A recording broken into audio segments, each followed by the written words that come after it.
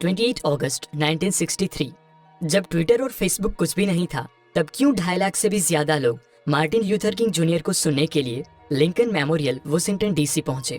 आज कई tech companies होने के बावजूद भी क्यों लोग एप्पल की महंगी प्रोडक्ट्स खरीदने के लिए कई घंटों तक लाइन में खड़े रहते हैं। इतने सारे पॉलिटिकल लीडर्स होने के बाद भी क्यों हम Mahatma Gandhi, Abraham Lincoln, Nelson Mandela और मार्टिन ल्यूथर किंग जूनियर को ही ज्यादा याद करते हैं। क्यों राइट ब्रदर्स ही सबसे पहले एरोप्लेन बना पाए, जबकि दूसरे और भी कई लोग फ्लाइंग मशीन बनाने में लगे हुए थे।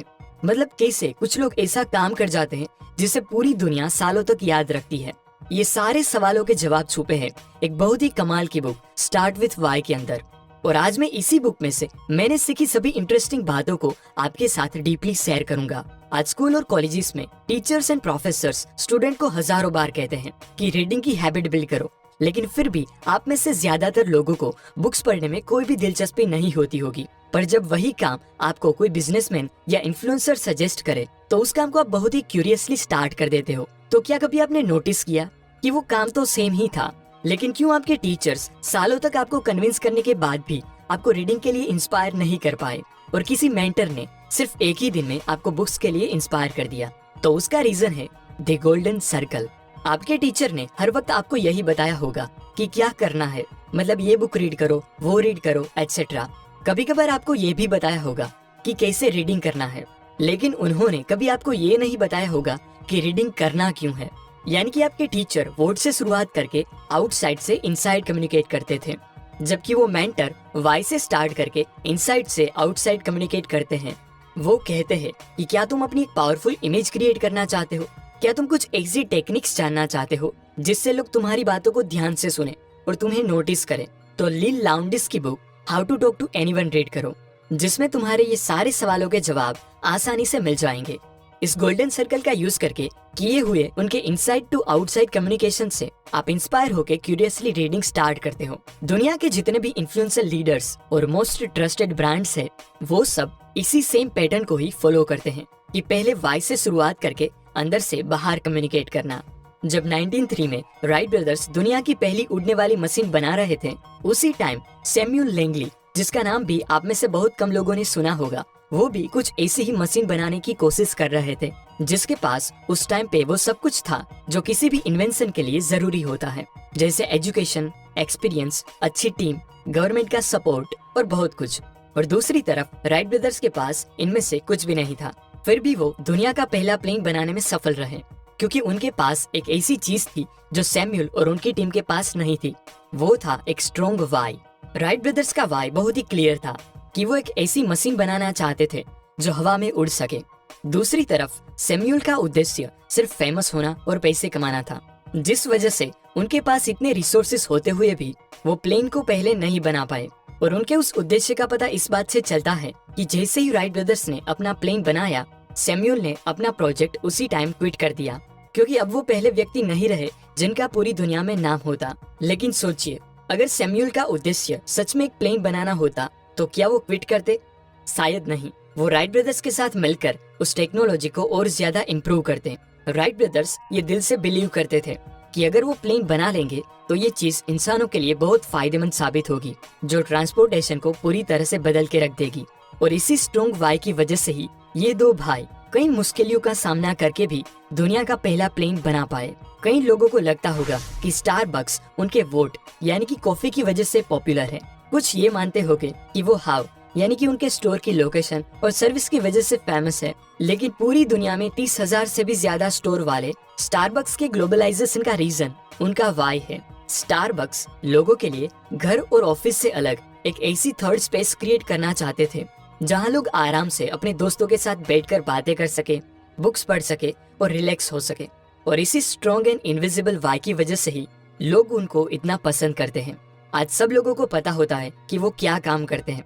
कुछ लोगों को ये भी पता होता है कि वो कैसे काम करते हैं, लेकिन बहुत ही कम लोगों को पता होगा कि वो जो काम करते हैं वो क्यों करते हैं। कुछ ऐसा ही किसी भी ऑर्गेनाइजेशन में होता है जिसमें सबसे ज्यादा लोग, जो स्टाफ होता है, उसे सिर्फ इतना ही पता होता है कि अब क्या करना है, कौन सा टास्क पूरा करना है, एटसेट्रा। फिर थोड़े से लोग होते हैं जिसे मैनेजर्स कहते हैं, जिससे पता होता है कि इस काम को कैसे करना है। पर जो सबसे ऊपर 1 या 2 लोग होते हैं जिसे फाउंडर्स या सीईओ कहते हैं, उनको पता होता है कि ये काम क्यों करना है। इसीलिए बहुत कम नंबर होने के बावजूद भी उनकी वैल्यू किसी भी ऑर्गेनाइजेशन में सबसे ज्यादा होती है। अगर स्टाफ चेंज हो तो ऑर्गेनाइजेशन को कोई खास फर्क नहीं पड़ता। अगर मैनेजर्स चेंज हो तो उनको थोड़ा सा फर्क पड़ेगा, लेकिन अगर सीईओ चेंज होते हैं तो ऑर्गेनाइजेशन की पूरी नेचर बदल जाती है। क्या कभी आपने सोचा है कि कैसे नाइकी बिना अपनी प्रोडक्ट दिखाए भी ऐसे एडवर्टाइज करती है जो उनको मिलियंस ऑफ डॉलर अर्न करके देती है। नाइकी दुनिया की वो कंपनीज में से एक है जिसकी world class selling technique Steve jobs को भी काफी पसंद थी। आज बहुत सारी कंपनीज वोट का यूज करके अपनी प्रोडक्ट बेचती है, जिसे फीचर सेलिंग कहा जाता है। ये उस तरह की सेलिंग होती है जिसमें आप अपनी प्रोडक्ट के स्पेसिफिकेशन के बारे में बात करते हो, जैसे ये स्मार्टफोन में इतनी बड़ी बैटरी है, इतने मेगापिक्सल्स का कैमरा है, एटसेट्रा। इस तरह की सेलिंग काफी बोरिंग और वीक होती है।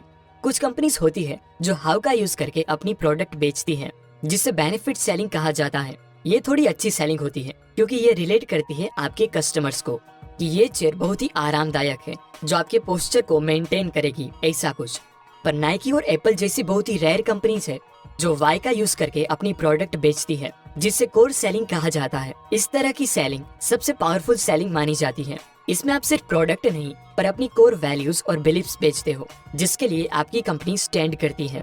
ये उसके बारे में है कि लोग आपको किस तरह से देखते हैं।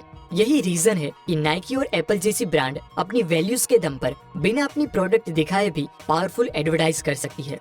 अब मैं आपको वो एग्जैक्ट बायोलॉजिकल रीजन बताता हूँ कि क्यों लोग वोट और हाउ यानी कि आपके आउटसाइड टू इनसाइड कम्युनिकेशन से इंस्पायर नहीं होते, पर वाई यानी कि इनसाइड से आउटसाइड कम्युनिकेशन से इंस्टेंटली इंस्पायर हो जाते हैं।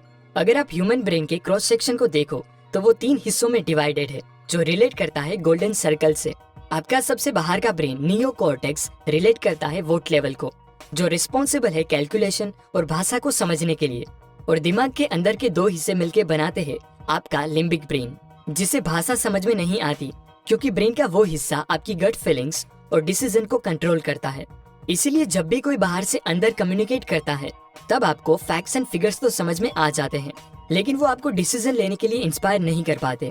पर जब कोई वाई का यूज करके अंदर से बाहर कम्युनिकेट करता है तब वो डायरेक्टली आपके डिसीजन को कंट्रोल करने वाले लिम्बिक ब्रेन को एक्टिवेट करता है, जिससे आप एक्शन लेने के लिए इंस्पायर होते हो। फिर हाउ और वोट आपके उस डिसीजन के सपोर्टर बन जाते हैं कि आपने लिया डिसीजन बिल्कुल सही है।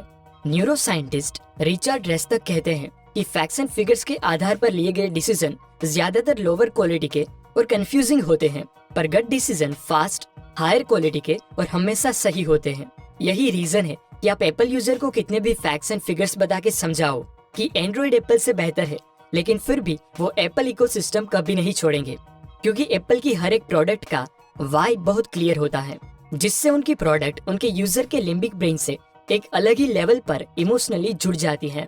ये बात स्टीव जॉब्स पहले से ही बहुत अच्छी तरह से जानते थे कि डिसीजन लेते वक्त emotional feeling facts and figures को पटक के रख देती है। इनफैक्ट दुनिया का सबसे पहला portable MP3 player Singapore based company creative technology limited ने बनाया था, लेकिन फिर भी वो लोगों का अटेंशन नहीं पा सके। जबकि उसके 2 साल बाद लॉन्च हुए आईपॉड ने म्यूजिक इंडस्ट्री को रिवोल्यूशनाइज कर दिया। तो ऐसा क्यों कि दोनों सेम ही प्रोडक्ट, लेकिन एक प्रोडक्ट फ्लॉप साबित हुई और एक रिवोल्यूशनरी? उसका रीजन है कंपनी का लोगों के साथ कम्युनिकेट करने का तरीका। क्रिएटिव टेक्नोलॉजी ने अपने डिवाइस को 5GB पोर्टेबल MP3 प्लेयर यानी कि वोट से शुरुआत करके लॉन्च किया और वाई तक वो पहुंच ही नहीं पाए। जबकि एप्पल ने कहा कि अगर आप 1000 सॉन्ग्स को अपनी जेब में रख के घूमना चाहते हो तो आईपॉड आपके लिए है, क्योंकि एप्पल जानता है कि जब कोई इंसान एक बार इंस्पायर हो जाए तो उसे फर्दर कन्विंस करने के लिए फैक्ट्स बताने की जरूरत नहीं पड़ती। एक्चुअल में ह्यूमन बिहेवियर को 2 तरीके से इन्फ्लुएंस किया जा सकता है, एक मैनिपुलेशन और दूसरा इंस्पिरेशन। 2004 में जब मोटोरोला ने अपना brand new flip phone Razr launch किया तो उसे प्राइम मिनिस्टर, हॉलीवुड सेलिब्रिटीज और दूसरे कई लोगों ने खरीदा, जिससे सिर्फ 2 साल में ही रेजर के 50 मिलियन से भी ज्यादा यूनिट बिक गए, जो किसी भी कंपनी के लिए बहुत बड़ी सक्सेस होती है। पर अगले कुछ सालों में ही जब उनके कॉम्पिटिटर्स ने रेजर से अच्छे फीचर वाले फोन लॉन्च किए तब मोटोरोला की चमक फीकी पड़ गई। तो सवाल ये है कि इतनी बड़ी सक्सेस के बावजूद भी ऐसा क्यों हुआ कि कस्टमर्स मोटोरोला को छोड़कर जाने लगे? तो उसका रीजन है मोटोरोला ने लोगों को इंस्पायर करने की बजाय मैनिपुलेट किया था। मैनिपुलेशन कई तरह के हो सकते हैं, जैसे कि प्राइस कम करना, सिर्फ फीचर के दम पर प्रोडक्ट बेचना, डिस्काउंट देना, लिमिटेड टाइम ऑफर करना, ये सब मैनिपुलेशन माना जाता है, जिससे थोड़े टाइम के लिए आपकी सेल्स तो इंक्रीज हो जाती है, पर इनसे लॉयल कस्टमर्स नहीं बनते। लॉयल कस्टमर्स वो होते हैं जो मुश्किल झेल कर भी आपकी प्रोडक्ट की प्रीमियम प्राइस देने को तैयार हो जाए। उनको आपके कॉम्पिटिटर से कोई फर्क नहीं पड़ता, फिर भले ही वो आपके जैसी सेम प्रोडक्ट ही सस्ते में बेचे, तो भी आपके लॉयल कस्टमर्स उनसे नहीं खरीदेंगे, क्योंकि वो आपकी कोर वैल्यूज और आपके बिजनेस करने के रीजन में बिलीव करते हैं। जो लोग एप्पल और हार्ली डेविडसन खरीदते हैं, वो लोग कभी भी उस ब्रांड को दूसरी कंपनीज के साथ कंपेयर नहीं करते, क्योंकि वो लोग उस ब्रांड की वैल्यूज, बिलीव्स और वाई के साथ एक डीपर लेवल पर कनेक्टेड होते हैं। इसीलिए कंपैरिजन का कोई सवाल ही नहीं रहता। फॉर्च्यून 500 कंपनीज का लिस्ट सबसे पहले 1955 में बनाया गया था, लेकिन उनमें से सिर्फ 13% कंपनीज ही ऐसी है जो आज भी उस लिस्ट में एग्जिस्ट करती है। बाकी सब बदल गई, क्योंकि आज ज्यादातर सेलर्स अपने कस्टमर्स को इंस्पायर करने की बजाय मैनिपुलेट करने लगे हैं। उनको डिस्काउंट और कम प्राइस पर अपनी प्रोडक्ट बेचने की कोशिश करते हैं, लेकिन वो ये नहीं जानते कि अगर आपके कस्टमर्स को एक बार डिस्काउंट और कम प्राइस पर चीजें खरीदने की आदत पड़ गई, तो वो कभी भी आपकी प्रोडक्ट को फुल प्राइस पर नहीं खरीदेंगे। इसलिए बिजनेस में आपको मैनिपुलेशन करके चीजें बेचने वाले डीलर के माइंडसेट की नहीं, लेकिन लोगों को इंस्पायर करके उनको अपनी कोर वैल्यूज और बिलीफ शेयर करने वाले लीडर के माइंडसेट की जरूरत होती है।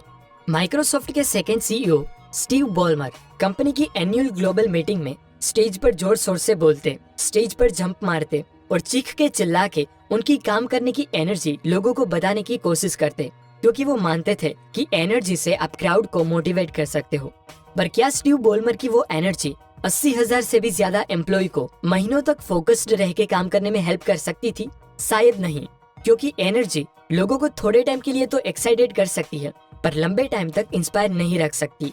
दूसरी तरफ माइक्रोसॉफ्ट के founder and first CEO Bill Gates थे, जो बाकी पब्लिक स्पीकर की तरह एनर्जेटिक नहीं थे।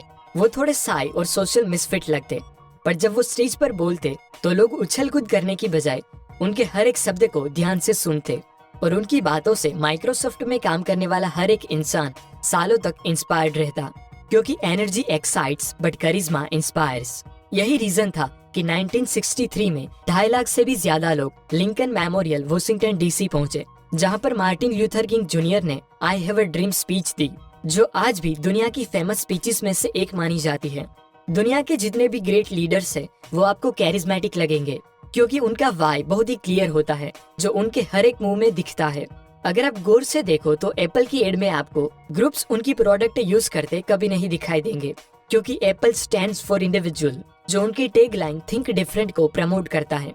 अब साइमन साइनेक की बुक स्टार्ट विद वाई में से मैंने सीखी सभी बातों की स्क्रीनशॉट समरी बताऊं तो फर्स्ट, वोट, हाउ और वाई के कॉम्बिनेशन से गोल्डन सर्कल बनता है। अगर आप चाहते हो कि लोग आपके काम से इंस्पायर हो और आपकी बातों को नोटिस करे, तो हमेशा वाई से स्टार्ट करके इनसाइड से आउटसाइड कम्युनिकेट करे, क्योंकि इंसानों में जो ब्रेन डिसीजंस और इमोशंस को कंट्रोल करता है, वो limbic brain facts and figures से नहीं, पर वाई यानी कि आपकी core values and belief system से एक्टिवेट होता है। सेकेंड, मैनिपुलेशन करके आप थोड़े टाइम के लिए फेमस हो सकते हो, पर उनसे लॉयल्टी नहीं बनती। इसीलिए लोगों को मैनिपुलेट करने की बजाय उन्हें इंस्पायर करे, क्योंकि जब कोई इंसान इंस्पायर हो जाए तो उसे फर्दर कन्विंस करने के लिए फैक्ट्स बताने की जरूरत नहीं पड़ती। And third is energy excites but charisma inspires. मैं चाहता हूँ कि आप इस बुक के प्रिंसिपल्स को याद रखने की बजाय इसे फील करो। इसीलिए पैसे आपके लिए दुनिया की सबसे बड़ी टेक कंपनी की 1997 की एड, जिसमें उनका वाई बहुत ही क्लियर दिखता है। धन्यवाद।